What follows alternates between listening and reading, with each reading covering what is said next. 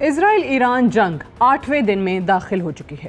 اسرائیل نے جب گزشتہ ہفتے ایران پر حملہ کیا تھا تو اسرائیلی وزیر اعظم نیتن یاہو کا خیال تھا کہ ایران 2 سے 3 دن میں ڈھیر ہو جائے گا، لیکن ایران نہ صرف اسرائیل کے سرپرائز حملے سے ریکور کر گیا بلکہ ایران کی گزشتہ 8 دن سے جاری کارروائی اسرائیل اور مغربی ممالک کے لیے بھی بہت حیران کن ہے۔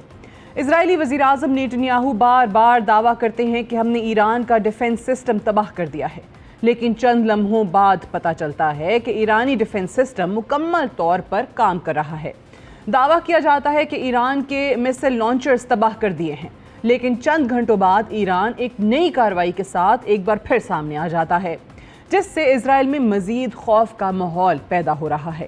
ایرانی ایئر ڈیفنس سسٹم تو فارغ نہیں ہوا، البتہ 8 دن کی جنگ کے ساتھ اسرائیلی ایئر ڈیفنس سسٹم بے بس ضرور دکھائی دے رہے ہیں۔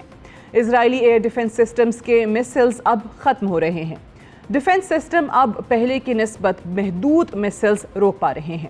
کچھ اہم مقامات پر ایرانی میسل حملوں کے بعد ایسا بھی معلوم ہوا جیسے اسرائیلی ڈیفنس سسٹم مکمل طور پر ناکارہ ہو چکا ہے اور ایرانی میسل اور ایرانی ڈرونز مکمل طور پر اسرائیلی ایئر سپیس پر کنٹرول حاصل کر چکے ہیں۔ ایرانی کارروائی دیکھتے ہوئے معلوم ہوتا ہے کہ اسرائیل پیچھے ہٹنے پر مجبور ہو رہا ہے۔ اسرائیلی حکام اور امریکی صدر ٹرمپ کی طرف سے دھمکیوں کا سلسلہ پہلے کی نسبت زیادہ تیز ہو چکا ہے۔ امریکی صدر ٹرمپ ایران سے مکمل سرنڈر کا مطالبہ کر رہے ہیں۔ امریکی صدر کی طرف سے بتایا جا رہا ہے کہ ہمیں ایرانی سپریم لیڈر آیت اللہ علی خامنائی کی لوکیشن معلوم ہے اور بتایا جاتا ہے کہ ابھی ہم نشانہ نہیں بنا رہے، جب چاہیں گے تب نشانہ بنائیں گے۔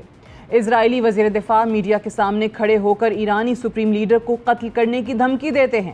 ایرانی سپریم لیڈر کی طرف سے سوشل میڈیا پلیٹ فارم پر امریکی اور اسرائیلی دھمکیوں کا جواب دیتے ہوئے سورہ آل عمران کی آیت نمبر 126 کا ترجمہ پوسٹ کرتے ہوئے بتایا جاتا ہے کہ فتح صرف اللہ کی طرف سے ہے جو غالب ہے، حکمت والا ہے۔ ایرانی سپریم لیڈر اپنے پیغام میں اپنی عوام کو کہتے ہیں کہ میں اپنی عزیز قوم سے کہنا چاہتا ہوں کہ اگر دشمن کو یہ محسوس ہو کہ آپ ان سے ڈرتے ہیں تو وہ آپ کو کبھی نہیں چھوڑے گا۔ ایرانی سپریم لیڈر سرنڈر کرنے سے انکار کر چکے ہیں۔ ایرانی حکومت جانتی ہے کہ امریکہ اور اسرائیل مکمل طور پر آگاہ ہیں کہ ہم جوہری طاقت حاصل کرنے سے بہت دور ہیں۔ امریکی انٹیلیجنس رپورٹس بھی یہی بتاتی ہیں، لیکن اسرائیل اور امریکہ کی خواہش ہے کہ جوہری ہتھیاروں کے پس منظر میں ایران میں حکومت کا تختہ الٹا جائے، مشرق وسطیٰ میں اسرائیل کے مد مقابل کوئی طاقت نہ رہے۔ امریکہ اور اسرائیل آج سے 2 دہائی قبل بنائی گئی پالیسیز پر عمل پیرا ہیں۔ امریکی جنرل ویزلی کلارک نے 2 دہائیاں قبل بنائی گئی پالیسی پر بہت واضح الفاظ میں بتایا تھا کہ امریکہ نے اسرائیل کے دفاع اور سلامتی کے لیے 7 countries in 5 years کی پالیسی بنائی تھی، جس کے تحت عراق، شام، لبنان، لیبیا، صومالیہ، سوڈان اور آخر میں ایران کو تباہ کرنے کا پلان بنایا گیا تھا۔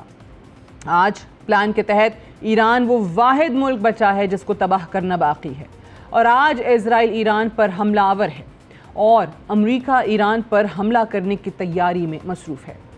رہی بات ایران کے ساتھ نیوکلیئر ڈیل کی، تو آج سے 10 برس قبل ایران نے مغربی ممالک کے ساتھ جوہری معاہدے پر دستخط کیے تھے، جس سے موجودہ امریکی صدر ڈونلڈ ٹرمپ نے اپنے دور اقتدار میں نکلنے کا فیصلہ کیا تھا۔